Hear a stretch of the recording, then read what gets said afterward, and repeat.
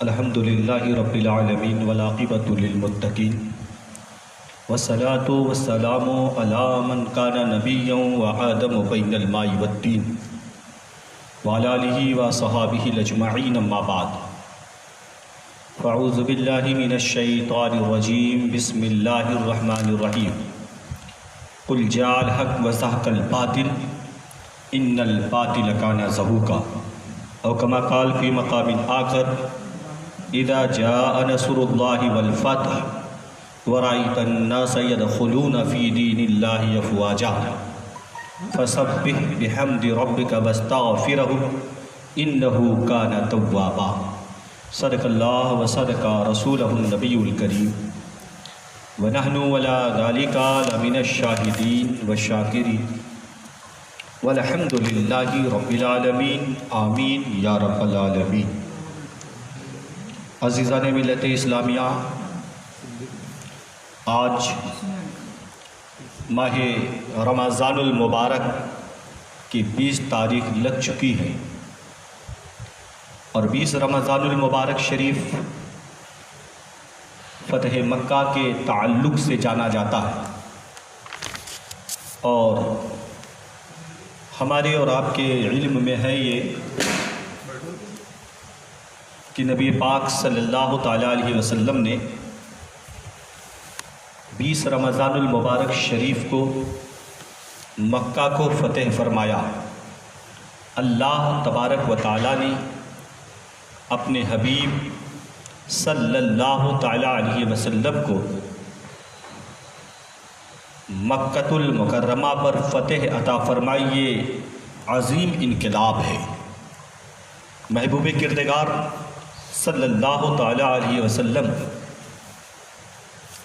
روز بعثت سے لے کر سن 8 ہجری تک یہ 21 سالہ عرصہ پیغمبر اسلام اور دین اسلام کے لیے بڑا صبر آزما تھا۔ دعوت توحید کو ناکام بنانے کے لیے مخالفین کے مسعی میں جتنی شدت آنی جانی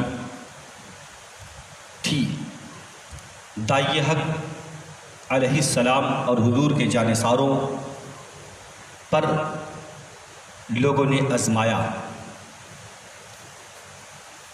جذبہ جہاد میں اضافہ ہوتا رہا ان کے، اور نبی کریم کے بے نظیر عزم و استقلال اور فرزندان اسلام کے سرفروشیوں نے قلیل عرصے میں باطل کے قاہراؤں کو میدان میں رسوا کن سے دوچار کر دیا۔ چند سال میں ایسا انقلاب پپا ہوا کہ جزیرہ عرب کے دور افتادہ خطے بھی نور اسلام سے جگمگا اٹھے۔ شرک و کفر کے ایوان کے بڑے بڑے ستون خود بخود گرنے لگے۔ خالد جیسی شخصیت جس نے صرف چند سال پہلے احد میں اپنی عسکری اور عبقریت کے باعث لشکر اسلام کو ناقابل تلافی نقصان پہنچایا تھا، دوڑ دوڑ کر شمع مصطفی پر پروانہ وار نثار ہونے لگے۔ نبی مکرم رسول معظم صلی اللہ تعالیٰ علیہ وسلم، جن کو چند سال پہلے مکہ سے ہجرت کرنے پر مجبور کر دیا گیا تھا، اب وقت آ گیا تھا کہ اللہ تعالیٰ کا محبوب بندہ 10,000 کے لشکر جرار کے ساتھ مکے میں فاتحانہ شان سے داخل ہوئی اور اپنے جد امجد سیدنا ابراہیم خلیل اللہ علیہ السلام کی تعمیر کردہ کعبہ کو کفر کے باطل کی ہر قسم کی آلودگیوں سے پاک کرے اور ان میں قطار در قطار سجائے ہوئے بتوں کو بکمال حکارت وہاں سے اکھاڑ کر پھینک دے۔ چنانچہ ہجرت کا 8واں سال تھا، رمضان شریف کا برکتوں والا سعادتوں والا مہینہ تھا۔ آپ اس سے پہلے جان لیں کہ جنگ فتح مکہ سے پہلے صلح حدیبیہ کا معاملہ پیش آیا، اور اللہ کے حبیب صلی اللہ علیہ وسلم نے صحابہ سے فرمایا، صحابہ ہم مکے کا طواف کریں گے، طواف کعبہ کریں گے۔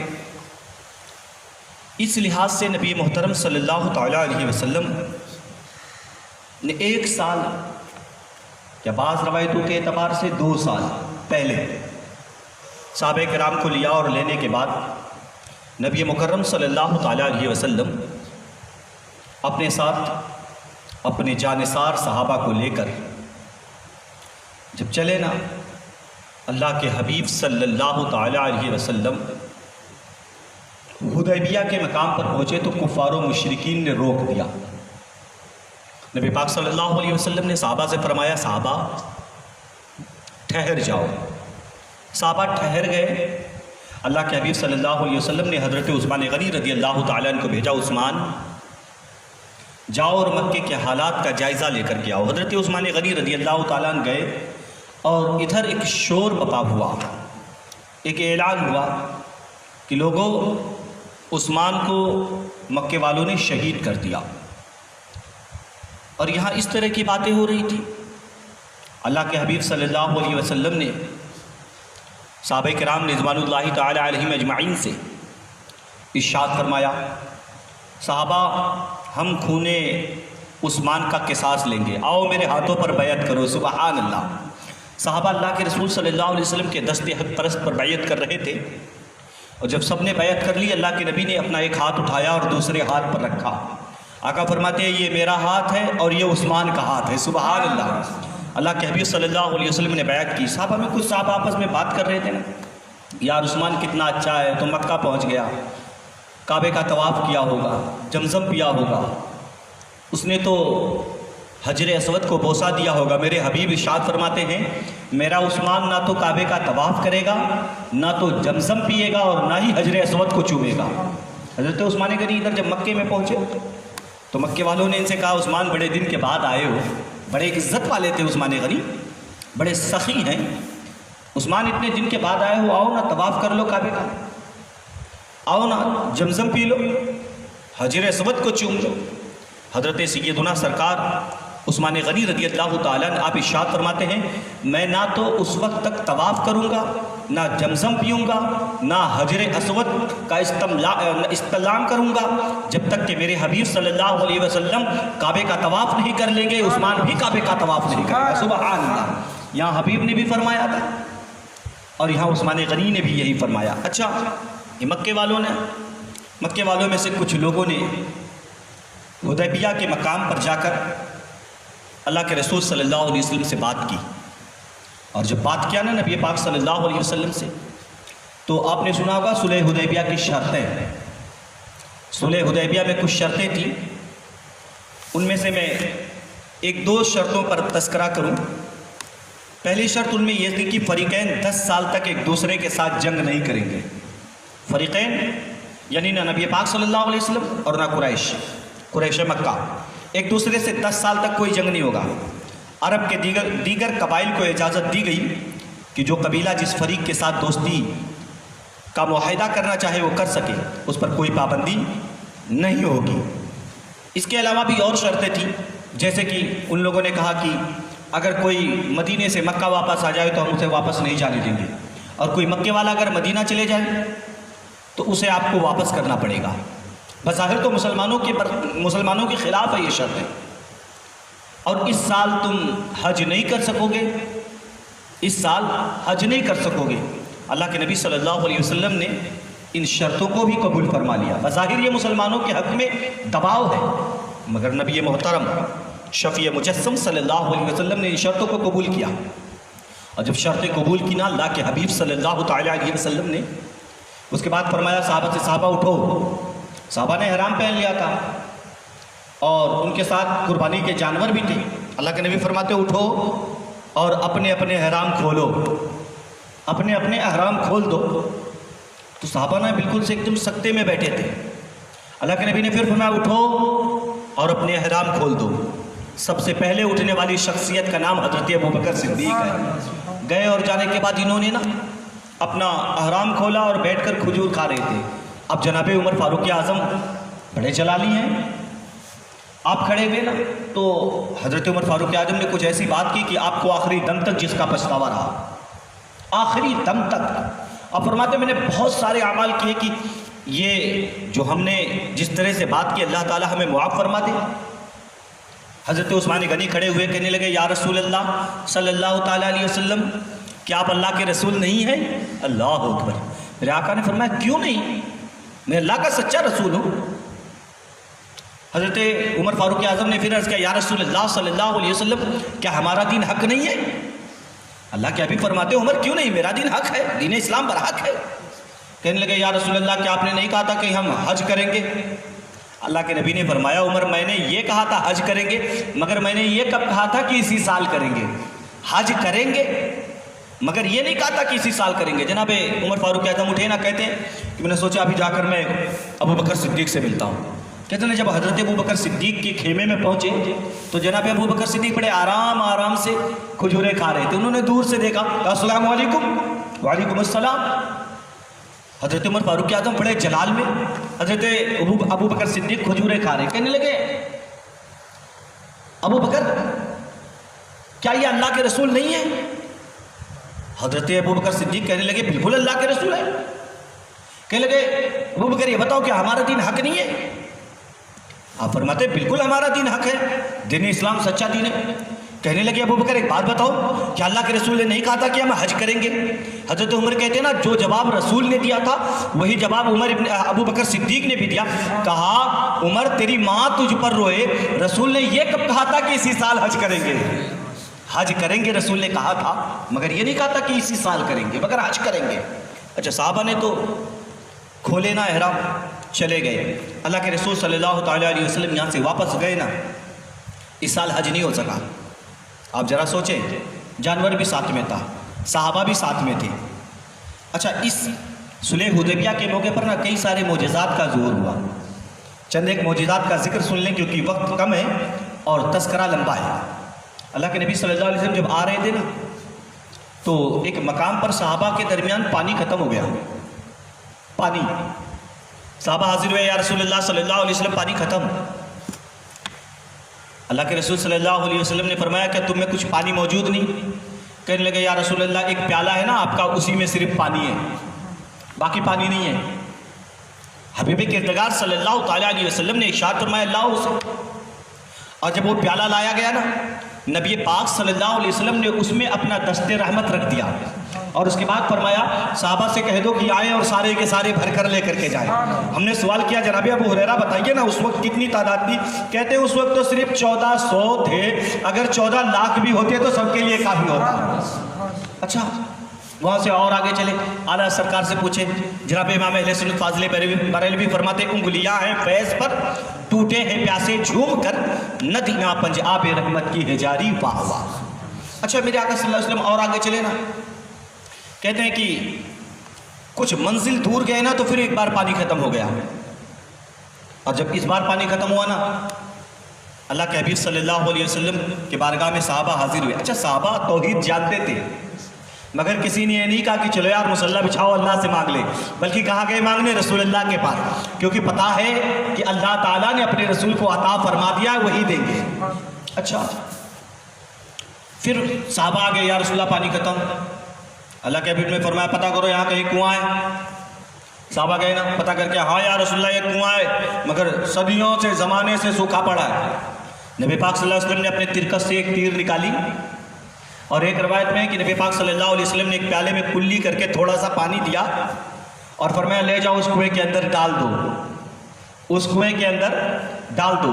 صحابہ لے کر کے گئے نا، اور روایت میں ہے کہ جیسے ہی پانی کو کنویں کے اندر ڈالا، پانی کنویں کے سطح میں پہنچا ہی تھا کہ اچانک پانی اوپر سے جوش مار کر اوپر آ گیا، اوپر آ گیا۔ صحابہ کہتے ہیں ہم نے بھر لیا، پی لیا، جانوروں کو بھی پلا دیا۔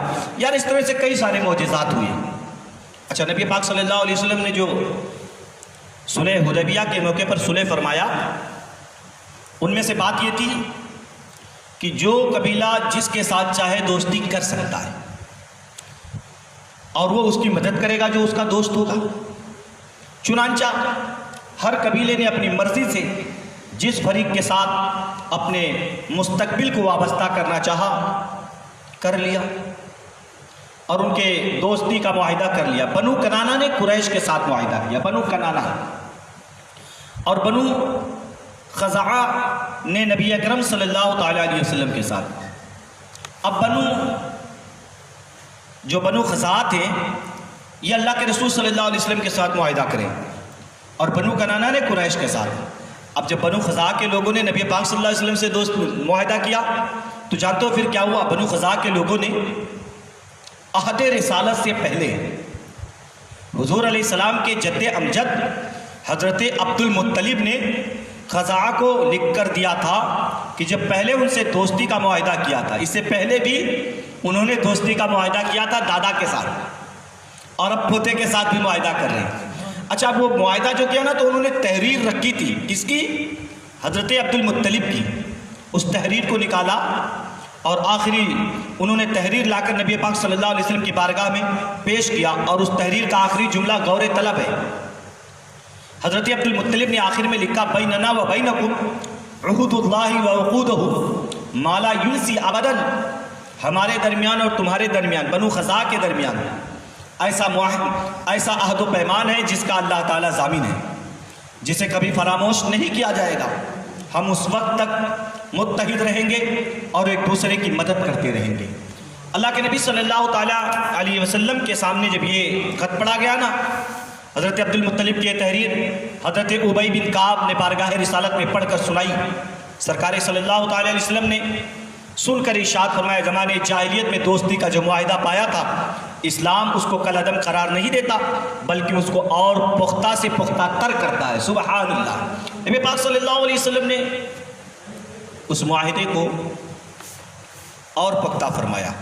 اچھا، صلح حدیبیہ کے 22 ماہ بعد شعبان کے مہینے میں قریش اور ان کے حلیف بنو بکر نے ایک ایسی حرکت کی جس کے باعث حدیبیہ کا معاہدہ صلح کالعدم ہو گیا۔ اہل مکہ کو اس معاہدے صلح کو توڑنے کی کیسے جسارت ہوئی؟ مورخین نے اس کو اس طرح بیان کیا کہ غزوہ موتا میں مسلمانوں کے 3 عظیم جنرل شہید کر دیے گئے۔ حضرت خالد بسد مشکل بچے کھچے مسلمانوں کو لاکھوں رومیوں کے نرگے سے نکال کر لے آئے تھے۔ اس سانے نے اہل مکہ کو اس غلط فہمی میں مبتلا کر دیا۔ مسلمانوں کی قوت و طاقت کا اب جنازہ نکل گیا، اب ان میں یہ دم خم باقی نہیں۔ ان لوگوں نے سوچا کہ یار یہ تو مارے گئے ہیں نا مطامع، یہ تو اب کچھ نہیں کر سکتے، اب چھوڑو ان کا صلح ولح ختم کرو، چلو اب ان سے ہم جنگ کریں گے۔ تو بنو کنانہ اور بنو بکر کے سرداروں نے قریش کے رئیسوں کے ساتھ التجا کی، مل کر کے ان لوگوں نے بنو خزاع کے لوگوں پر حملہ کر دیا۔ اور جب ان لوگوں نے حملہ کیا نا تو قریش نے ان کی مدد کی، اور قریش کے بڑے بڑے لوگ اس میں شامل ہوئے۔ اب جو ان میں شامل ہوئے نا وہ بڑے کون تھے؟ صفوان ابن امیہ، اکرمہ ابن ابو جہل، حویت بن عبد العزیٰ، شیبہ بن عثمان، مکرز بن حفص، یہ بڑے بڑے مکے والے یہ لوگ بھی جو ہیں ان کے ساتھ مل کر اور بنو خزاع پر حملہ کیا۔ اور حملہ بھی ایسے کیا نا کہ ان لوگوں نے اپنے چہروں پر، یہ جو قریش والے تھے، اپنے چہروں پر ماسک ڈال لیا، نقاب، کہ انہیں کوئی پہچان نہ سکے۔ اب ان لوگوں نے رات کے وقت بنو خزاع پر حملہ کیا، اور جب بنو خزاع پر رات کے وقت انہوں نے حملہ کیا، اللہ کے رسول صلی اللہ تعالیٰ علیہ وسلم، آقا صلی اللہ تعالیٰ علیہ وسلم نا تہجد کے لیے بیدار ہوئے تھے، نماز تہجد کے لیے۔ حضرت ام المومنین حضرت میمونہ رضی اللہ تعالیٰ عنہ سے روایت ہے، کیا فرماتی نبی پاک صلی اللہ علیہ وسلم نا رات کے وقت اٹھے اور وضو فرما رہے تھے، اچانک اللہ کے نبی صلی اللہ علیہ وسلم کے زبان سے جملے نکلے، لبیک لبیک لبیک نصرتا نصرتا نصرتا۔ جب وضو فرما کر آقا صلی اللہ علیہ وسلم باہر تشریف لائے تو امی حضرت میمونہ رضی اللہ تعالیٰ عنہ پوچھتے ہیں، یا رسول اللہ کیا وہاں کوئی تھا جس سے آپ بات کر رہے تھے؟ آقا کریم صلی اللہ علیہ وسلم نے فرمایا، میمونہ وہاں کوئی نہیں تھا، ہاں بنو کعب کا رزق تھا، بنو خزاع کا رزق تھا، وہ ہمیں مدد کے لیے پکار رہا تھا، کیونکہ بنو بکر نے بنو خزاع پر حملہ کر دیا ہے، ان کے لوگوں کو بے دردی سے قتل کیا، تو انہوں نے ہمیں اپنے وادی سے، اپنے مکان سے بیٹھ کر کے پکارا، یا رسول اللہ انظر حالنا۔ اب اگر بنو خزاع والے وہاں بیٹھ کر پکارے اور مدینے سے مدینے والا آقا فرمائے، لبیک میں حاضر ہوں میں حاضر ہوں میں حاضر ہوں، نصرتا تمہاری مدد کی جائے گی، تمہاری مدد کی جائے گی، تمہاری مدد کی جائے گی۔ اللہ کے حبیب صلی اللہ تعالیٰ علیہ وسلم نے فرمایا، اور کہتے ہیں کہ آقا کریم صلی اللہ تعالیٰ علیہ وسلم آپ نے حضرت میمونہ رضی اللہ تعالیٰ عنہ کو یہ خبر دیا۔ تو میمونہ کہتی ہے میں سوچتی رہی کہ شاید اب کوئی آئے گا خبر دینے کے لیے، اب کوئی آئے گا، اب کوئی آئے گا۔ تو کہتی ہیں کہ تیسرے دن بنو خزاعہ کا ایک آدمی آ پہنچا، اور اس نے پہنچ کر پورا واقعہ کہہ سنایا، یا رسول اللہ ہم پر بنو بکر نے حملہ کر دیا، آقا انہوں نے حدیبیہ کے صلح کو پامال کر دیا، اور صرف وہی نہیں تھے یا رسول اللہ، ان کے ساتھ مکے والے بھی تھے۔ آقا جب یہ لوگ ہمیں قتل کر رہے تھے ہم بھاگ کر کعبے میں چھپ گئے، کعبے میں، اور جب ہم کعبے میں چھپ گئے تو ہمیں ان لوگوں نے کعبے میں بھی قتل کیا، وہاں بھی نہیں چھوڑا۔ اور ان میں سے ایک بندے نے کہا لا الہ الیوم یا بنی بکر اطیبوا آثارکم فلیعمروا انکم، آج کوئی خدا نہیں ہے، اے بنو بکر تم حرم میں لوگوں کا مال چرایا کرتے تھے، اس طرح کا انہوں نے جملہ کہا، آج کوئی خدا نہیں، لہذا آج تمہیں قتل کیا جائے گا، کعبے کے اندر چھپ گئے تھے نا۔ یہ بنو خزاعہ والے انہوں بے دریغ قتل کیا گیا۔ اللہ کے نبی صلی اللہ علیہ وسلم نے فرمایا تمہاری مدد کی جائے گی، تمہاری مدد کی جائے گی، اور تمہاری مدد ہم ضرور کریں گے۔ اللہ کے حبیب صلی اللہ تعالیٰ علیہ وسلم نے زمرہ نامی ایک صحابی کو بلایا، اور بلانے کے بعد آپ نے مکہ بھیجا کہ مکہ جاؤ اور پتہ کر کے آؤ کہ حالات کیا ہیں، کیا واقعی ان لوگوں نے ایسا کیا ہے، تو ان کا اصل مجرم کون ہے، اور اگر پتہ چل جائے تو ان سے کہو بنو خزاعہ کے مقتولوں کی دیت ادا کریں اگر انہوں نے ایسا کیا ہے۔ دوسری بات یہ بنو نفاسہ سے اپنی دوستی کا معاہدہ ختم کر لیں، صلح حدیبیہ کو اعلانیہ طور پر کل عدم قرار دے دیں، یہ تین باتیں رکھیں، اگر یہ لوگ مانتے ہیں تو ٹھیک ہے، دیت دیتے ہیں تو ٹھیک ہے، نفاسہ سے اپنی دوستی ختم کرتے ہیں تو ٹھیک ہے، اور یا تو یہ صلح حدیبیہ کے صلح کو ختم کر دیں۔ اب یہ ایسی تجویز تھی نا کہ لے کر کے جب صحابی پہنچے، اور اس میں یقیناً کوئی دباؤ تو نہیں تھا، کوئی دباؤ کی بات نہیں تھی۔ حضرت زمرہ جب پہنچے نا مکہ، حرم شریف کے دروازے پر اپنی اونٹنی کو بٹھا دیا، قریش مکہ صحن مکہ میں بیٹھے ہوئے تھے، آپ پہنچے اور جا کر بتایا کہ میں اللہ کے رسول کا قاصد ہوں، اور تمہارے سامنے 3 تجویز پیش کرتا ہوں۔ ان تجویزوں کو سننے کے بعد قریش باہم مشورہ کرنے لگے، یہ تجویز اللہ کے رسول نے بھیجی ہے۔ اب ان میں سے نا قرظہ بن عبد عمر جو نابینا تھا، قرظہ بن عبد عمر جو نابینا تھا، اس نے کہا ہم خزاعہ کے مقتولوں کی دیت دیں گے تو کنگال ہو جائیں گے، ہمارے پاس پھوٹی کوڑی نہیں بچے گی، اور رہے اس لیے کہ پہلے تجویز ہمیں ناقابل قبول ہے، ہم دیت نہیں دیں گے، پہلی شرط کو انہوں نے اس طرح سے ٹھکرا دیا۔ دوسری بات بنو نفاسہ سے بھی ہم لا تعلق نہیں ہو سکتے، ان سے رشتے نہیں ختم کر سکتے، کیونکہ وہ لوگ کعبے کی بڑی عزت کرتے ہیں، کمائی تھی ان کی، لہٰذا انہوں نے کہا ہم یہ بھی نہیں کر سکتے۔ ہاں صلح حدیبیہ کے معاملے کو ہم توڑ سکتے ہیں، حدیبیہ کے معاملے کو ہم کل عدم کر سکتے ہیں، اسے ختم کر سکتے ہیں۔ ان کا یہ فیصلہ سن کر زمرہ مدینہ واپس چلے گئے۔ جب مدینہ گئے نا، اب ان کے واپس جانے کے بعد اہل مکہ کی آنکھ کھلی، ارے بڑا گڑبڑ ہو گیا، یہ کیا کیا ہم لوگوں نے، اب ان کی آنکھ کھلی اور کہنے لگے یار اب تو بڑے خوفناک نتائج ہوں گے، بڑا غلط ہوا۔ اب انہیں پریشانی لاحق ہوئی نا، تو حارث بن ہشام اور چند دوسرے لوگ صفوان بن امیہ اور اس کے ساتھیوں کے پاس آئے، جنہوں نے بنو خزاعہ پر حملہ کرنے میں بنو بکر سے تعاون کیا تھا، اور انہیں آ کر ملامت کی۔ انہوں نے ابو سفیان کو کہا کہ ایسا معاملہ نہیں ہے جیسے ہم سوچتے ہیں، معمولی سمجھ کر نظر انداز نہ کر دیا جائے، بلکہ ہمیں ان بگڑتے ہوئے حالات میں ان کو سنبھال لینا چاہیے، فوری توجہ دینا چاہیے۔ چنانچہ یہ طے پایا کہ ابو سفیان خود مدینہ جائے۔ کون؟ ابو سفیان خود مدینہ جائے اور نبی کریم صلی اللہ علیہ وسلم سے اس معاہدے کی تجدید اور اس کی مدت میں اضافے کی درخواست کرے۔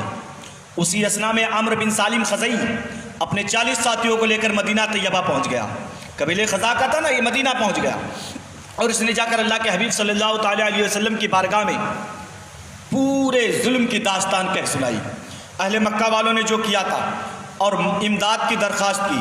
حضور صلی اللہ علیہ وسلم غصے سے اٹھ کھڑے ہوئے، غضبناک ہو گئے اور اپنی چادر کو گھسیٹتے ہوئے فرمایا لَنُصِرْتَ إِن لَّمْ أَنصُرْنِي بنی کعب مما انصر منہ نفسی، اگر میں بنو کعب کی امداد نہ کروں تو اللہ تعالیٰ میری مدد نہ کرے، میں ان کی ہر اس چیز سے دفاع کروں گا جس سے میں اپنی ذات کا دفاع کرتا ہوں۔ سبحان اللہ، اتنے جلال میں حبیب آ گئے اور میں مدد کروں گا ان کی۔ اب نبی کریم صلی اللہ علیہ وسلم نے اس وقت فرمایا مجھے یوں معلوم ہو رہا ہے کہ ابو سفیان تمہارے پاس آئے گا۔ اللہ اکبر، انہیں غیب دیکھیں، ابھی یہ مکے میں بات چل رہی ہے بھائی، ابو سفیان تو جا بات کر کے آ۔ ادھر آقا فرما رہے مجھے لگ رہا ہے وہ آئے گا، ضرور آئے گا۔ کہتے ہیں کہ ابو سفیان تجدید معاہدہ کے لیے جلدی جلدی نکلا، اور جب یہ نکلا نا اور اسے یقین بھی ہو گیا کہ نبی کریم صلی اللہ علیہ وسلم اپنے مظلوم دوستوں کی امداد کے لیے فوراً تیار ہو جائیں گے، اس سے پیشتر کہ حضور ہم پر حملہ کرے، بہتر ہے کہ میں خود حضور کی خدمت میں حاضر ہو کر معاذرت کروں اور اس معاہدے کی تجدید اور مدت میں اضافہ کے لیے التجا بھی کروں۔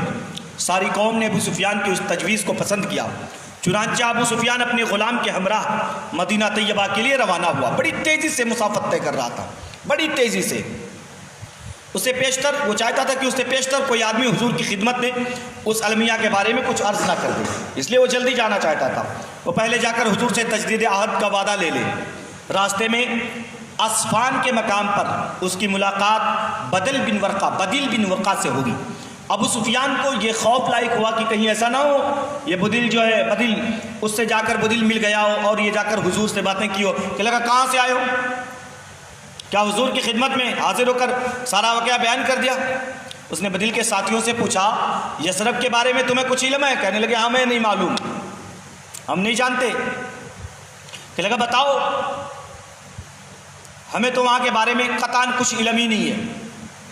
ان لوگوں نے پھر اس نے کہا ایک بات بتاؤ، تمہارے پاس یثرب کے کھجور ہیں؟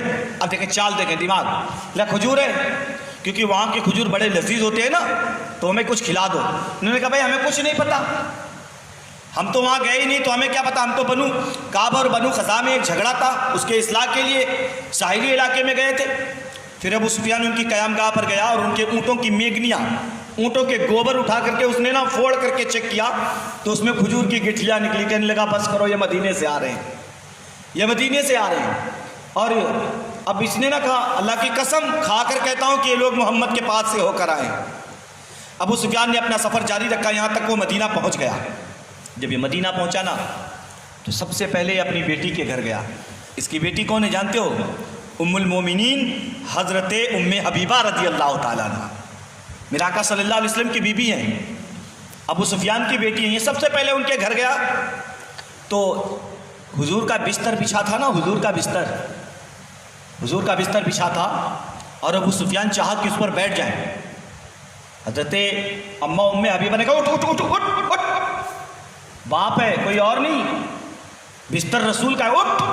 کھڑے ہو گیا اور جھوٹ گیا نا، بستر کو سمیٹ لیا، سمیٹ کر ایک کنارے کر دیا۔ ابو سفیان کہنے لگا بیٹی جب سے میرے پاس سے آئی ہو اس وقت سے لے کر کے اب تک تمہارے حالات بدلتے چلے جا رہے ہیں۔ بیٹی کیا میں اس قابل نہیں تھا کہ اس بستر پر بیٹھ جاؤں، یا یہ بستر اس قابل نہیں کہ میں اس پر بیٹھوں؟ حضرت ام حبیبہ رضی اللہ تعالیٰ عنہ کہتی ہیں کہ تو کافر ہے، مشرک ہے، اور تیرے اندر کفر و شرک کی نجاست ہے۔ یہ میرے رسول کا پاک فراش ہے، میرے رسول کا پاک بستر ہے، اور رسول کے پاک بستر پر کوئی ناپاک نہیں بیٹھ سکتا ہے۔ سبحان اللہ، دیکھیں رسول کے گھر سے درس ملتا ہے، باپ کیوں نہ ہو، اگر رسول کا دشمن ہے جوتا مار کر کے نکال دیا جائے گا، کوئی قدر نہیں کی جائے۔ یہاں سے اٹھانا، یہ پھر یہاں سے چلے گیا، رکا بھی نہیں۔ ابو سفیان بیٹی کے گھر نہیں رکا، یہاں سے نکلا اور یہ نکل کر کے جو ہے نبی پاک صلی اللہ علیہ وسلم کی بارگاہ میں پہنچا، اور اللہ کے رسول صلی اللہ علیہ وسلم کی بارگاہ میں پہنچ کر اس نے جو ہے باتیں کی نا، اور کہنے لگا جب صلح حدیبیہ کا معاہدہ طے پایا تھا تو میں غیر حاضر تھا، اور اب میں اس لیے حاضر ہوا ہوں کہ حضور اس معاہدے کی تجدید فرمائیں اور معاہدے کی مدت میں اضافہ کر دیں۔ حضور صلی اللہ علیہ وسلم نے پوچھا ابو سفیان تم نے محض اس لیے یہاں آئے ہو؟ اس نے کہا جی ہاں، اللہ کے رسول نے فرمایا کیا تم سے اس معاہدے کی کوئی خلاف ورزی صادر نہیں ہوئی؟ کہنے لگا نہیں، کوئی خلاف ورزی نہیں ہوئی۔ اللہ کے حبیب صلی اللہ علیہ وسلم کی بارگاہ میں اس نے کہا نہیں کوئی خلاف ورزی تو نہیں ہوئی ہے، ہم تو اس معاہدے کے پابند ہیں۔ اس نے اللہ کے حبیب صلی اللہ تعالیٰ علیہ وسلم نے جب اس سے اس طرح باتیں کی تو اس نے بات کاٹی اور کہا پناہ بخدا ہم تو صلح حدیبیہ پر قائم ہیں، نہ ہم اس میں کوئی تغیر چاہتے ہیں، نہ کسی قسم کی تبدیلی کے وارد میں ہیں۔ ابو سفیان نے دوبارہ اپنی پہلی درخواست کا اعادہ کیا، لیکن اللہ کے رسول نے کوئی جواب ہی نہیں دیا، کوئی جواب نہیں دیا، یہاں تک کہ وہاں سے وہ مایوس ہو کر کے صدیق اکبر کے پاس آ گیا۔ اللہ کے نبی نے جب کوئی جواب نہیں دیا، پلٹ کر صدیق اکبر کی خدمت میں حاضر ہوا اور اپنی درخواست پیش کی اور کہا یا تو آپ حضور کی بارگاہ میں ہماری سفارش کریں یا آپ اپنی طرف سے لوگوں کو پناہ دینے کا اعلان کر دیں۔ کس سے کہہ رہا ہے؟ جناب ابو بکر صدیق سے۔ صدیق اکبر نے جواب دیا میری پناہ اللہ کے رسول کی پناہ کے تابع ہے، میں الگ سے کسی کو کوئی پناہ نہیں دے سکتا، کیونکہ جب اللہ کے رسول نے جس چیز کو پسند فرما لیا اس میں ہماری مجال نہیں ہے کہ ہم رد و بدل کریں۔ وہاں سے اٹھانا اب آیا حضرت فاروق اعظم کے پاس اور جناب فاروق اعظم کی خدمت میں حاضر ہوا اور اس طرح سے اپنی آمد کا مدعا آپ سے ہی عرض کیا۔ آپ نے غیرت ایمانی کا مظاہرہ کرتے ہوئے ابو سفیان کو دو ٹوک جواب دیا۔ فرمایا تم مجھ سے توقع رکھتے ہو کہ میں بارگاہ رسالت میں تمہاری سفارش کروں؟ باخدا اگر ایک چیونٹی کو بھی تم سے برسرے پیکار پاؤں تو میں اس کی بھی مدد کروں گا۔ ایک چیونٹی بھی دیکھو نا ابو سفیان تجھ سے لڑ رہی ہے تو میں اس کی بھی مدد کروں گا تجھ سے لڑے۔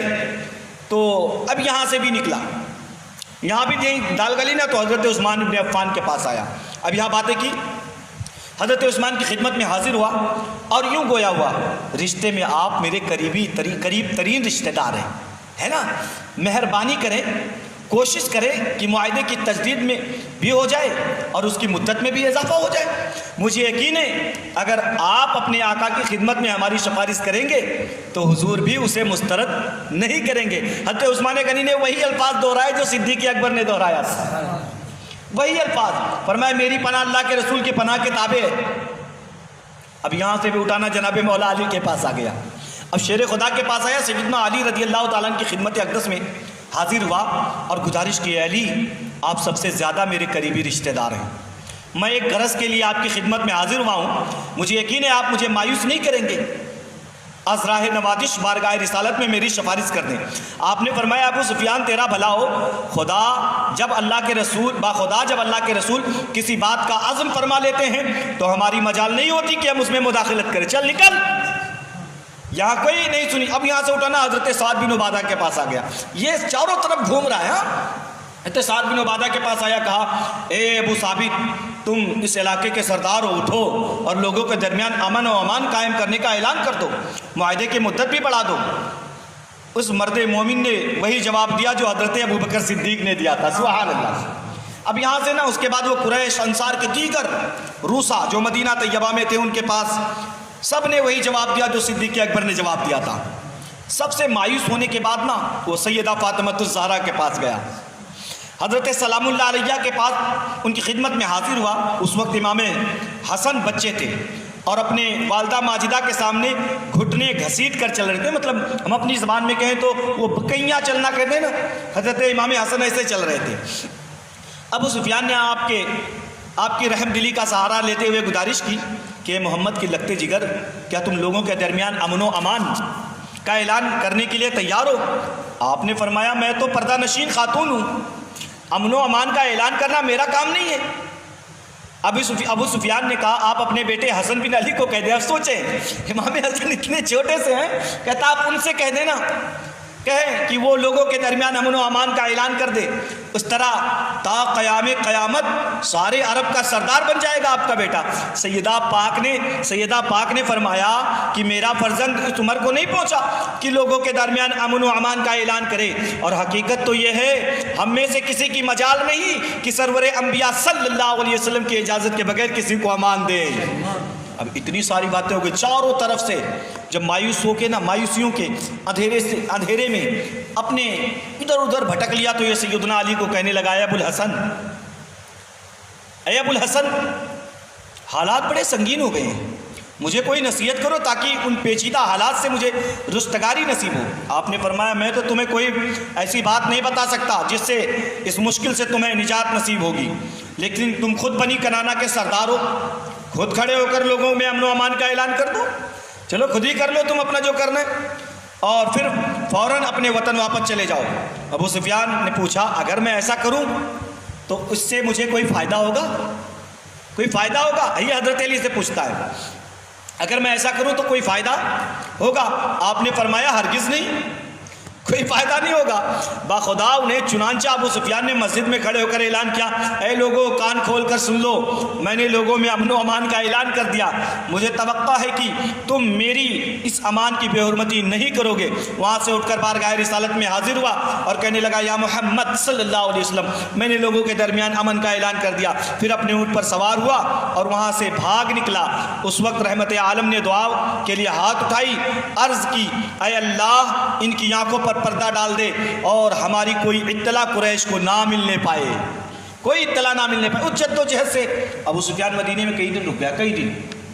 ابھی جب مکہ پہنچا نا تو مکے میں ایک افواہ اڑی کہ یار ابو سفیان مرتد ہو گیا ہے تو محمد کا کلمہ پڑھ لیا، ایسا ہوا ویسا ہوا۔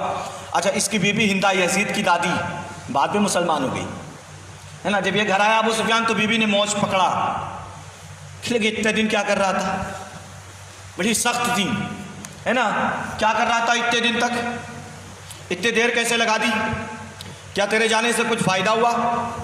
کہ لگا کوئی فائدہ نہیں ہوا، میں محمد کے پاس گیا انہوں نے بھی میری بات نہیں سنی، بڑے بڑے جو اکابر تھے نا ان کے پاس بھی گیا انہوں نے بھی کوئی بات نہیں سنی، کسی نے میری بات پر کوئی توجہ ہی نہیں دیا۔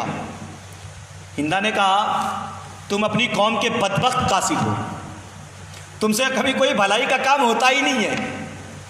اب جب رات گزری اور صبح ہوئی تو سیدھا اصاف اور نائلہ بتوں کے پاس گیا۔ اصاف اور نائلہ یہ دو بت تھے نا مکے میں، اب یہاں افواہ اڑی تھی کہ یہ کلمہ پڑھ کر مسلمان ہو گیا تو ان بتوں کے پاس گیا اور وہاں اپنا سر مڈایا، ان کے لیے جانور کی قربانی دیا اور ان کے خون سے ان بتوں کے سروں کو رنگین کیا اور اعلان کیا لا افارق عبادتکما حتی اموتا علی ما مات علیہ ابی، اے اصاف و نائلہ میں تمہاری عبادت سے کبھی باز نہ آؤں گا یہاں تک کہ اس عقیدے پر میری موت آ جائے جو میرے باپ کا عقیدہ تھا۔ اب دیکھیں یہ سارا ڈرامہ ابو سفیان نے اس لیے رچا تاکہ اس الزام سے اپنی برات ثابت کرے جو مکے میں اس پر لگ چکی تھی کہ یہ مسلمان ہو گیا۔ مکے والوں کو جب ابو سفیان کی واپسی کی خبر ملی تو لوگ جمع ہو گئے اور پوچھنے لگے کیا حضور کی کوئی تحریر حضور نے دیا یا معاہدے کی مدت میں کوئی توسیع کی گئی؟ اس نے کہا حضور نے ان مطالبات کو تسلیم کرنے سے صاف انکار کر دیا، میں نے آپ سے بات کی لیکن آپ نے کوئی جواب نہیں دیا۔ پھر ان کے جلیل القدر صحابہ میں سے ہر ایک کے پاس گیا لیکن کسی نے کوئی جواب نہیں دیا۔ اب جب اس طرح کی باتیں ہوئی نا دشمنان اسلام جن نفوس قدسیہ کے جذبے و اطاعت و غلامی کا اعتراف کرنے پر مجبور ہو گئے، ان صحابہ کرام پر اپنے آپ کو مسلمان کہلانے والے بے عمل لوگ زبانی تانا کرتے، خیر وہ بکتے انہیں بکنے دیا جائے، ان کی باتوں سے کچھ نہیں لے دینا۔ اللہ کے رسول صلی اللہ علیہ وسلم نے ارشاد فرمایا جو ارد گرد کے لوگ ہیں نا سب کو خبر کر دو جتنے مسلمان ہیں اس بار رمضان مدینے میں آ کر کے گزارے۔ سبحان اللہ، یا اللہ کبھی حبیب ہمیں بھی مدینے میں بلا لے رمضان گزارنے کے لیے۔ صحابہ کو بلایا نا، سارے صحابہ آ گئے اور حضور پاک صلی اللہ علیہ وسلم نے حکم دیا سارے لوگوں کو، کہا کہ ہر قبیلے میں اور ہر جگہ جہاں مسلمان ہیں جو اللہ اس کے رسول پر ایمان رکھتے ہیں ان سے کہو کہ وہ مدینے میں آ کر کے رمضان گزاریں۔ کوئی 1 رمضان کو آ رہا ہے، کوئی 2 رمضان کو آ رہا ہے، کوئی 3 رمضان کو آ رہا ہے۔ سارے مدینے کے اندر 10,000 صحابہ آ گئے۔ سبحان اللہ، صحابہ کی تعداد ہو گئی 10,000۔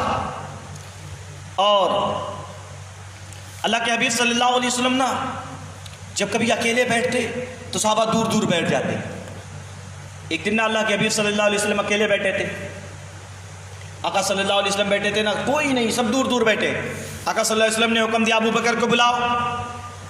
جناب ابو بکر صدیق کو بلایا گیا۔ حضرت صدیق اکبر آئے نا، اللہ کے نبی صلی اللہ علیہ وسلم نے ان سے دیر تک سرگوشی فرمائی، کچھ باتیں کی۔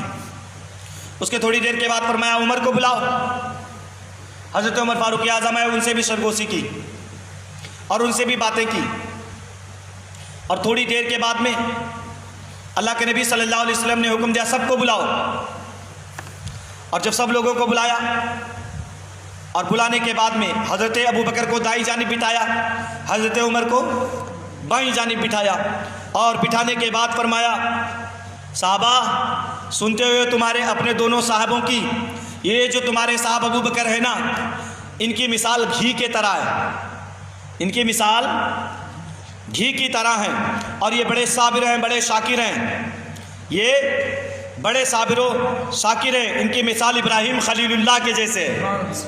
جناب عمر کی طرف اشارہ فرمایا اور فرمایا ان کی مثال نوح پیغمبر کی طرح ہے، یہ جلالی ہیں۔ اب جب لوگوں کو اللہ کے رسول نے حکم دیا آپ تیاری کرو، اپنے سامان سجا لو، کیونکہ ہمیں مکے والوں پر حملے کی تیاری کرنی ہے۔ اب سارے لوگ جب جانے لگے نا تو کچھ صحابہ آگے حضرت ابو بکر کے بعد، ابو بکر نبی نے کیا بات کی؟ کہنے لگے اللہ کے رسول نے ہم سے پوچھا ابو بکر کیا مشورہ ہے، مکے والوں پر حملہ کیا جائے یا نہ کیا جائے؟ جناب ابو بکر صدیق نے عرض کیا یا رسول اللہ آپ کے ہی رشتہ دار ہیں، آپ بہتر سمجھتے ہیں، یا رسول اللہ آپ ہی کے خون کے لوگ ہیں، آپ ہی کے نسل کے لوگ ہیں، آقا آپ بہتر جانتے ہیں، آپ کا خاندان ہے۔ اللہ کے نبی نے کہا بیٹھ جاؤ۔ جناب عمر کو بلایا، عمر کیا کہتے ہو؟ کہنے لگے یا رسول اللہ وہی لوگ ہیں نا جنہوں نے ہمیں نکالا تھا وہاں سے، یا رسول اللہ یہ وہی لوگ ہیں نا جنہوں نے آپ کو کذاب کہا تھا، یا رسول اللہ یہ وہی لوگ ہیں نا جنہوں نے آپ کو مفتری کہا تھا، یا رسول اللہ یہ وہی لوگ ہیں نا جنہوں نے آپ کو جادوگر کہا تھا، ان بدبختوں کو چھوڑا نہیں جائے گا۔ اللہ کے رسول نے عمر کا فیصلہ پسند فرما لیا، فرمایا چلو۔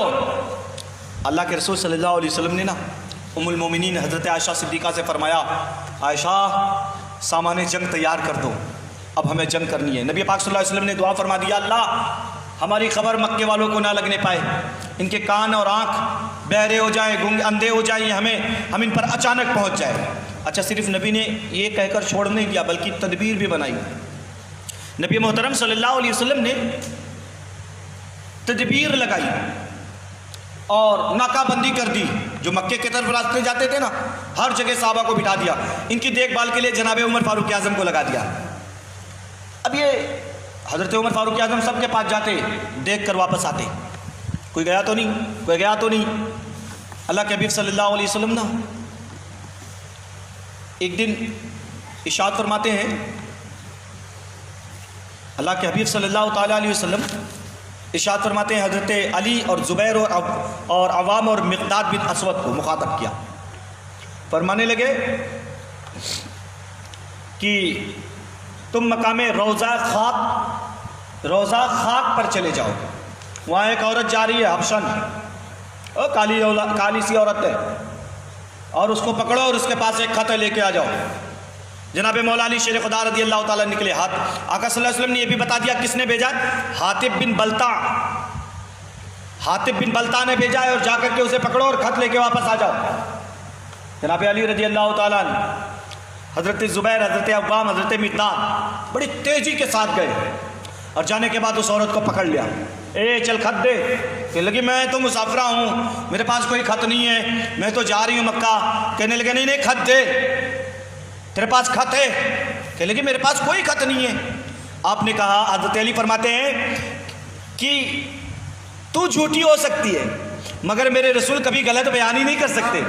تلوار نکال لی، بخاری شریف کے اندر تلوار نکالی اور کہا خط نکالتی ہے یا میں نکال لوں؟ خیر جملے کچھ اور ہیں مگر ہمیں وہ نہیں کہنا چاہیے۔ آپ نے کہا نکالتی ہے، جب اس نے دیکھا نا سختی ہو رہی ہے تو پھر اپنے ہاتھ کو یوں میں اڑیے میں ڈالا اور یوں کر کے نکال کر خط دے دیا۔ خط لیا نا نبی پاک صلی اللہ علیہ وسلم کی خدمت میں، اور جب اللہ کے رسول صلی اللہ علیہ وسلم کی خدمت میں حاضر ہوئے، اللہ کے رسول صلی اللہ علیہ وسلم نے حاطب کو بلایا، حاطب یہ کیا کیا تو نے؟ کہنے لگے یا رسول اللہ صلی اللہ علیہ وسلم مکے میں میرا کوئی نہیں ہے، میرے بال بچے ہیں، میں ان پر یہ احسان کرنا چاہتا تھا کہ وہ میرے بال بچوں کی دیکھ بھال کریں۔ اللہ کے نبی نے فرمایا سچ کہا تو نے، چل کوئی بات نہیں۔ حضرت عمر موجود تھے، تلوار نکال لی، یا رسول اللہ یہ تو منافق ہو گیا، یا رسول اللہ۔ کہنے لگے حاطب یہ تو نے کیا کیا؟ نبی پہرا لگاتے ہیں تو خبر پہنچاتا ہے، یا رسول اللہ حکم دے اس کی گردن کاٹ دیں۔ آقا صلی اللہ علیہ وسلم نے فرمایا، آقا صلی اللہ تعالیٰ علیہ وسلم نے فرمایا عمر حاطب جو ہے نا بدریوں میں سے ہے، اور اللہ تبارک و تعالیٰ نے بدریوں کے سارے گناہ معاف فرما دیے ہیں، بدریوں میں سے۔ اللہ اکبر۔ میرے آقا صلی اللہ تعالیٰ علیہ وسلم نے اس درجہ انتظام فرمایا۔ رمضان المبارک کی 10 تاریخ 8 ہجری بدھ کا دن تھا، جب عیسوی سال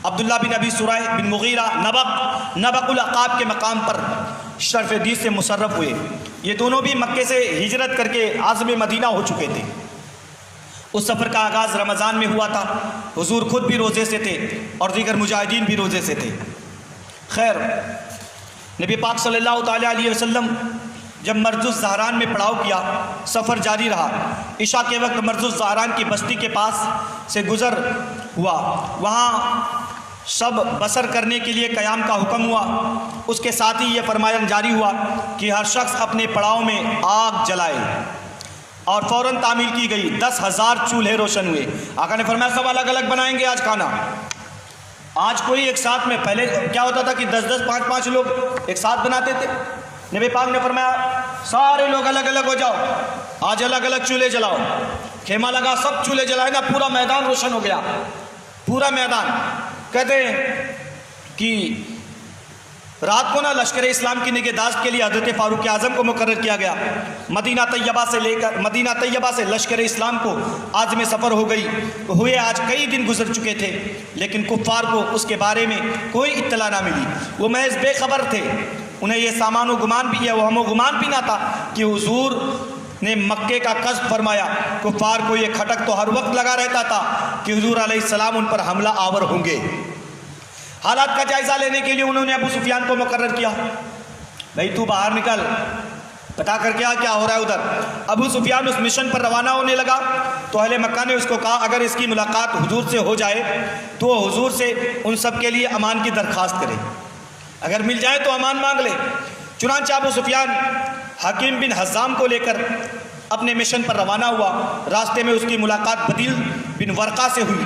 انہوں نے اسے بھی ساتھ لے چلنے کے لیے کہا تاکہ سب مل کر لشکر اسلام کے بارے میں معلومات حاصل کریں۔ جب یہ لوگ مرز الزہران کے قریب اراک نامی بستی میں پہنچے تو دیکھا کہ دیکھ کر یہ حیران رہ گئے۔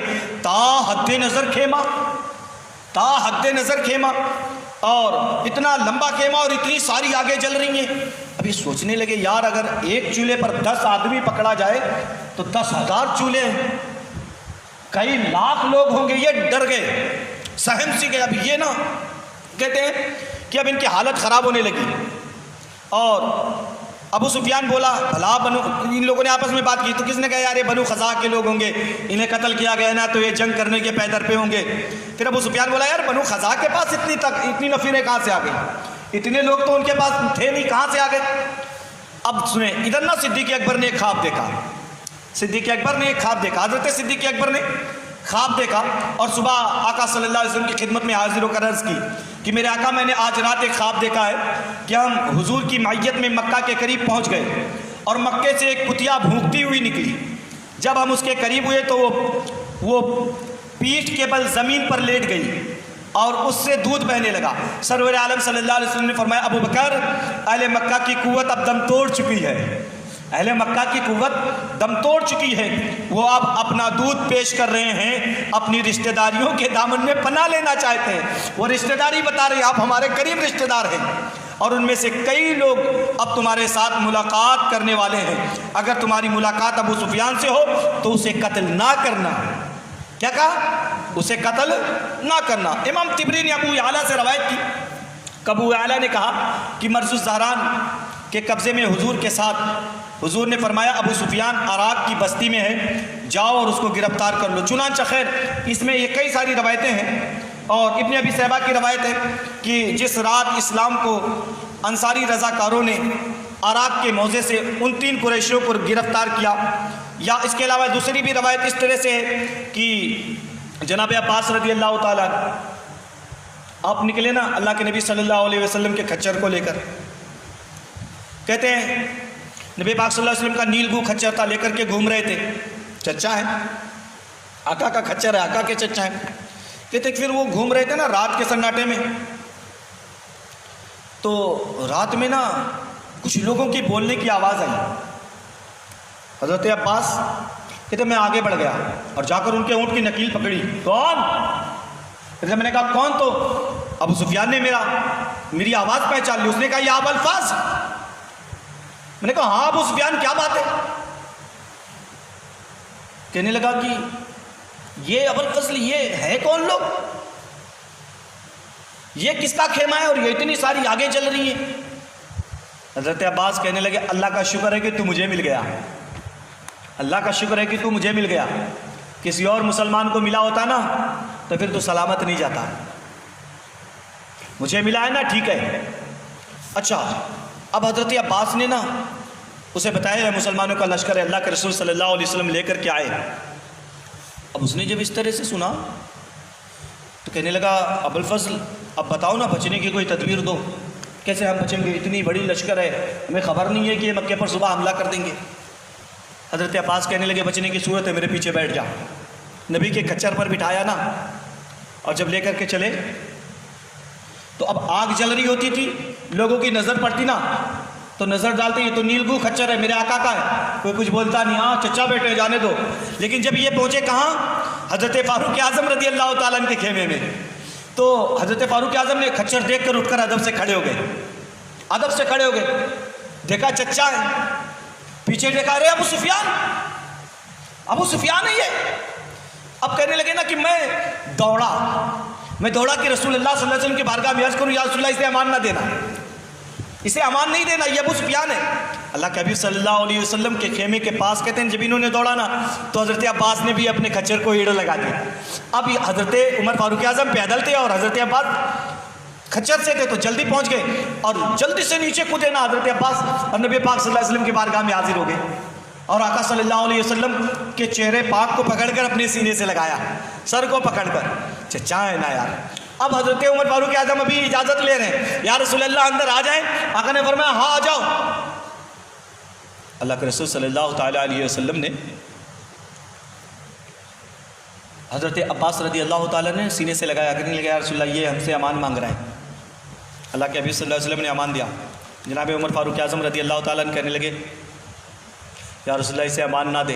آقا فرماتے ہیں امان تو پہلے ہی عباس نے دے دیا، سبحان اللہ، امان تو پہلے ہی دے دیا۔ اب وہاں بات ہوئی نا، کہنے لگے حضرت عباس اور حضرت عمر کے درمیان کچھ باتیں ہوئی، خیر وہ بڑے لوگ ہیں ان کی باتیں آپس کی ہیں، مگر اس پر بھی حضرت عمر فاروق اعظم نے عرض کرتے ہیں حضور جب آپ اسلام لائے تھے حضرت عباس سے، جب آپ اسلام لائے تھے نا مجھے اتنی خوشی ہوئی تھی کہ اتنی خوشی میرا باپ ایمان لاتا تو نہیں ہوتی۔ کیوں معلوم ہے؟ اس لیے کہ میرا باپ ایمان لاتا تو مجھے خوشی ہوتی، لیکن آپ ایمان لائے تو ہمیں بھی خوشی ہوئی اور رسول کو بھی خوشی ہو گئی، ہے نا۔ کہتے ہیں کہ حضور صلی اللہ علیہ وسلم کی بارگاہ میں جو ہے ابو سفیان، حکیم بن حزم اور بدیل کو میں نے پناہ دے دی۔ اب وہ حاضر ہوا اور اجازت طلب کی، فرمایا انہیں لے آؤ۔ سب رات کا کافی حصہ خدمت اقدس میں حاضر رہے، حضور علیہ السلام نے ان سے حالات دریافت فرماتے رہے، پھر ان کو اسلام قبول کرنے کی دعوت دی۔ انہوں نے کہا نشہد ان لا الہ الا اللہ، ہم گواہی دیتے ہیں کہ ہم اللہ کے بغیر کوئی معبود نہیں، لیکن انہوں نے محمد رسول اللہ نہیں کہا، انہوں نے نہ کہا۔ حضور مبارک نے فرمایا جب میری رسالت پر ایمان نہیں لاؤ، جب تک میری رسالت پر ایمان نہیں لاؤ گے اس وقت تک مسلمان نہیں ہوں گے۔ بدیل اور حکیم نے تو اشہد ان محمد الرسول اللہ کہہ دیا، لیکن ابو سفیان نے کہا غور کریں گے، مہلت دے دیں۔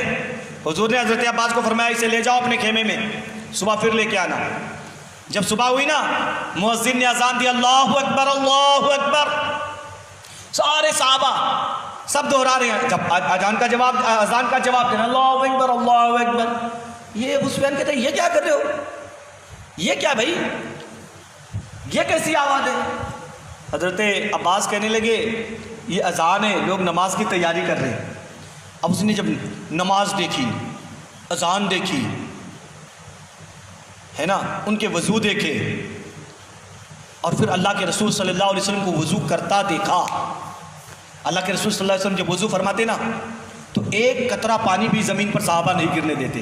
بخاری شریف کے اندر ہے کہ جب نبی پاک صلی اللہ علیہ وسلم وضو فرماتے قادو یطلعون وضوء، تو صحابہ ایسے نا پانی لیتے ایسا لگتا ہے جنگ کر رہے ہیں، ایک قطرہ بھی زمین پر نہیں گرتا۔ اور بخاری شریف کے اندر یہاں تک بات ہے کہ جب نبی پاک صلی اللہ علیہ وسلم تھوک شریف ڈالتے، تھوک شریف، تو صحابہ نا اسے اپنے ہاتھوں پر لے لیتے اور جلدی سے چہرے اور جسم پر مل لیا کرتے۔ یہ نا دیکھ کر کے یہاں اس کا مغز ایک دم خراب ہو رہا تھا، یار یہ کیا ہے، اتنی عزت تو کسی بادشاہ کو نہیں دیکھی ہے، اس کے رعایا کرتے ہوں، جتنا محمد صلی اللہ تعالیٰ علیہ وسلم کی کرتے ہیں۔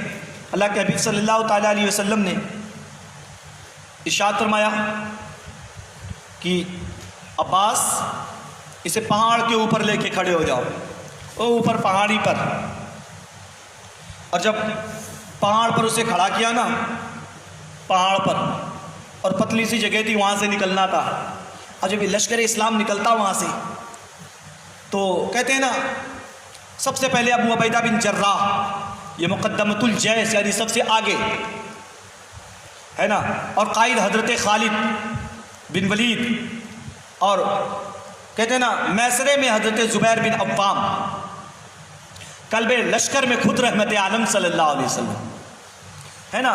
کہتے ہیں حضرت خالد بن ولید بنو سلیم کے سالار مقرر ہوئے، اور بنو سلیم کی تعداد 1000 تھی۔ ان کے پاس 2 جھنڈے، ایک پرچم تھا، ایک جھنڈا عباس بن مرداس اور دوسرا خفاف بن نذبہ کے پاس۔ اس قبیلے کا پرچم حجاج بن العاد نے تھاما ہوا تھا۔ حضرت خالد کا یہ چاق وہ چوبند دستہ ابو سفیان کے پاس سے گزرا تو انہوں نے 3 بار بلند آواز سے نعرہ تکبیر لگایا، 3 بار آگے بڑھ گئے۔ ابو سفیان نے حضرت عباس سے پوچھا یہ کون ہے؟ آپ نے اسے بتایا یہ خالد ہے، یہ خالد بن ولید ہے۔ ابو سفیان نے عذرائے حیرت پوچھا اغلام یعنی یہ وہی نوجوان خالد ہے؟ وہی وہ احد والی باتیں یاد دلے، وہ وہی نوجوان خالد ہے؟ فرمایا ہاں وہی نوجوان خالد ہے۔ پھر اس نے پوچھا اس کے ساتھ کون لوگ ہیں؟ بتایا بنو سلیم۔ بولا مجھے ان سے کوئی سروکار نہیں۔ اس کے بعد حضرت زبیر بن عوام نمودار ہوئے، انہوں نے بھی نعرہ لگایا 500 لوگوں کے ساتھ۔ اس کے بعد میں بنی غفار قبیلے کے 500 بنی غفار قبیلے جن کی تعداد 300 تھی، ان کا جھنڈا ابو ذر کے ہاتھوں میں تھا۔ ان کے بعد بنو کعب بن عمرو جن کی تعداد 500 تھی۔ ان کے بعد بنو مزنہ ان کی تعداد 300 تھی۔ ان کے بعد جوہنیہ ان کی تعداد 800 تھی۔ احجاج جو ہے 300 مہاجرین کے ساتھ بنو اجا، اور یہ جب یہ لوگ نکلے نا یہ اکتا گیا، کہنے لگا یار محمد کہاں ہے؟ حضرت عباس سے کہنے لگا محمد کا، ابھی تو یہی لوگ گزر رہے اتنی تعداد میں۔ تو عباس فرماتے ابھی آئیں گے، رک جا، ابھی آئیں گے، تھوڑی دیر اور انتظار کر۔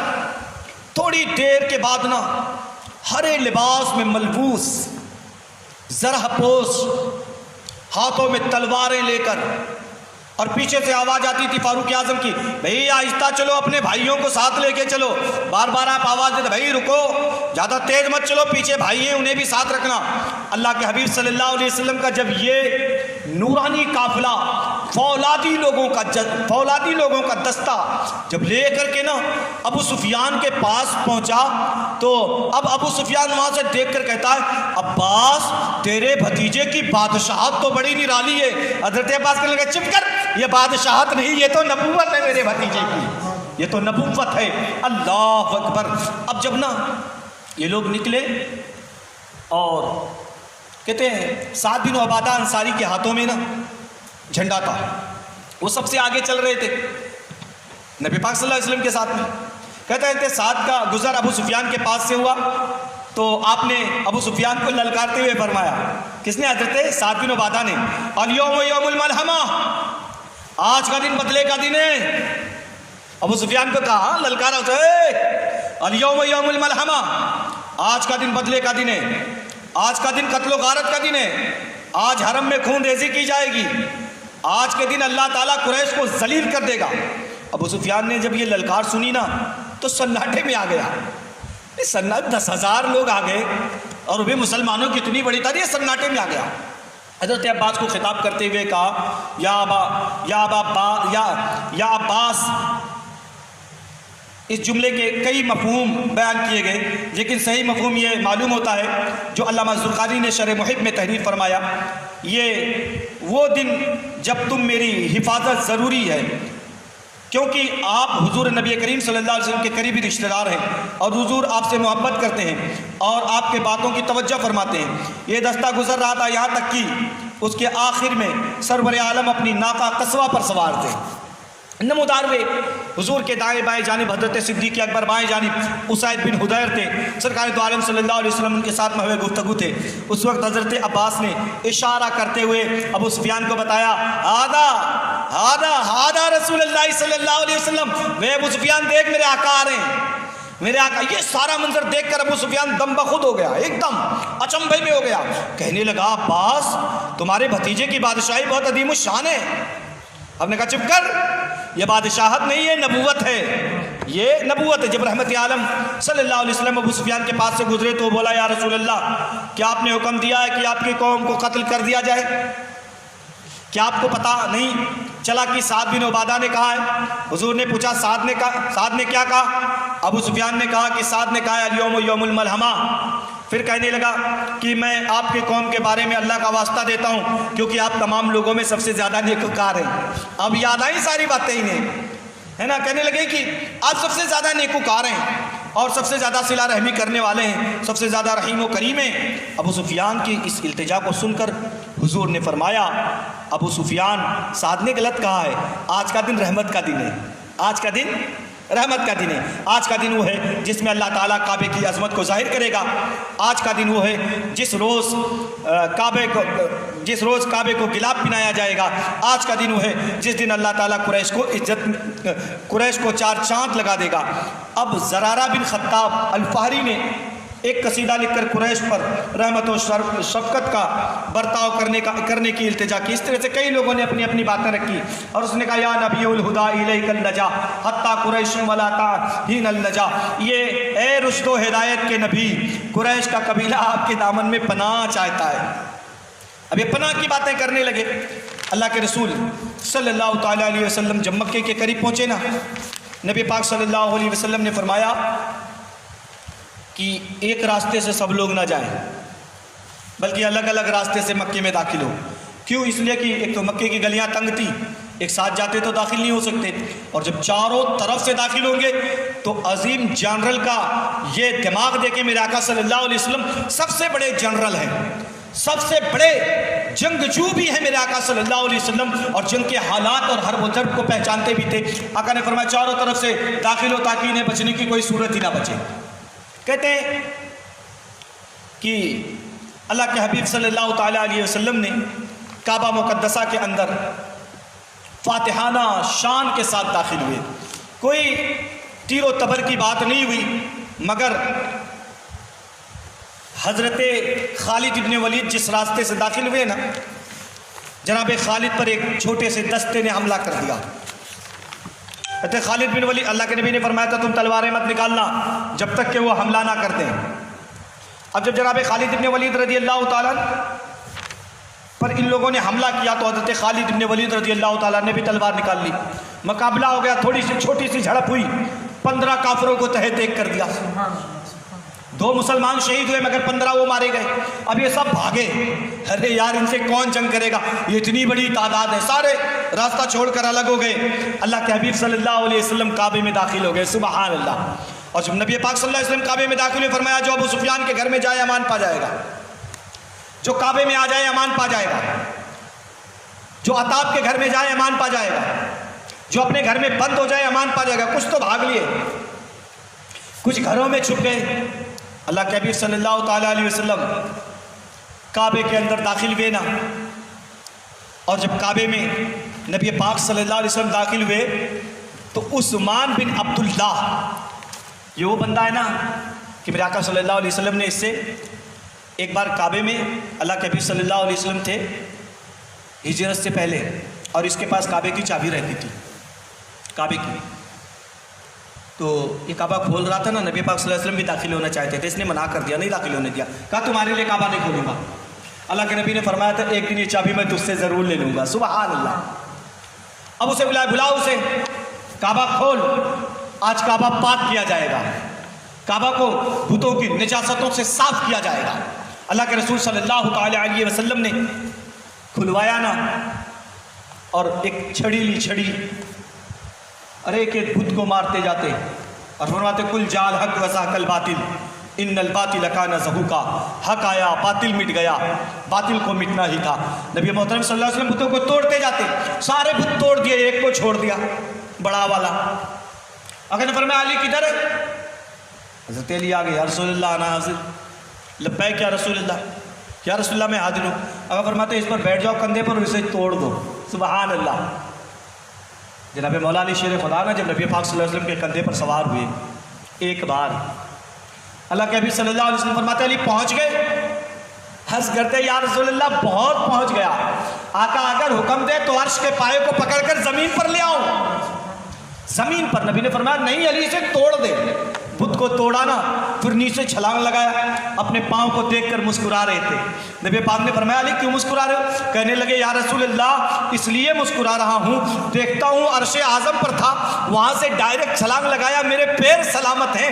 آقا فرماتے ہیں علی یہ دیکھنا کہ تجھے چڑھایا کس نے تھا اور تجھے اتارا کس نے ہے۔ چڑھایا تجھے نبیوں کے امام نے تھا اور اتارا تجھے فرشتوں کے امام نے ہے۔ میرے بھائی جناب مولا علی شیر خدا رضی اللہ تعالیٰ بت توڑ دیے گئے۔ اب جانتے ہیں 15 ایسے لوگ تھے نا، 15 ایسے لوگ جن کے بارے میں میرے آقا صلی اللہ علیہ وسلم نے فرمایا کہ ان کا خون مباح ہے، جسے ملے قتل کر دو، کوئی مواخذہ نہیں۔ اب وہ 15 کون ہیں وہ سن لیں۔ عبداللہ بن ابی سرح، عبداللہ بن خطل، 2 کنیجے جو نبی کریم صلی اللہ علیہ وسلم اور مسلمانوں کے خلاف ہجویہ اشعار گایا کرتی تھی۔ اکرمہ بن ابو جہل، حورس بن نقیب، مقیس بن سبابہ، حبار بن اسود، کعب بن زہیر، حارث بن حشام، زہیر بن ابی امیہ، صفوان ابن امیہ، ہندہ بنت عتبہ، جوزہ ابو سفیان، یہ 15 لوگ ہیں۔ نبی نے فرمایا تھا جو ملے اسے جسے ملے وہ قتل کر دو، کوئی مواخذہ نہیں۔ اب یہ نا اپنی جان بچا کر بھاگ رہے ہیں۔ ان میں سے میں بس مختصر ذکر کروں گا، ٹائم بہت ہو گیا۔ میں بات کرتا ہوں اکرمہ بن ابو جہل۔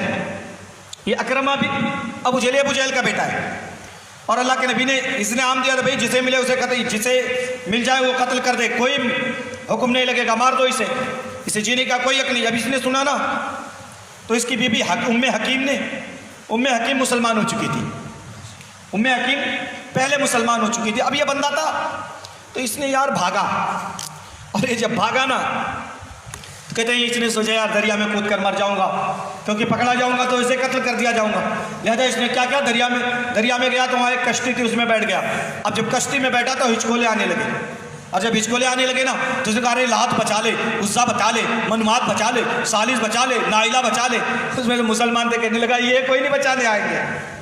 کہنے لگا اگر بچنا ہے نا تو پھر اللہ کا نام لے لے، اللہ کا نام۔ اور پھر اس کے دماغ کی بتی چلی، کہنے لگا ہاں یار جب یہ لوگ مجھے زمین پر نہیں بچائے تو سمندر میں کیا بچائیں گے۔ اب اس نے کہا یا اللہ بچا لے، بچ گئی کشتی۔ واپس آیا نا ادھر ام حکیم جو ہے نبی پاک صلی اللہ علیہ وسلم کی بارگاہ میں پہنچی، یا رسول اللہ اکرمہ بن ابو جہل کو امان دے دیں۔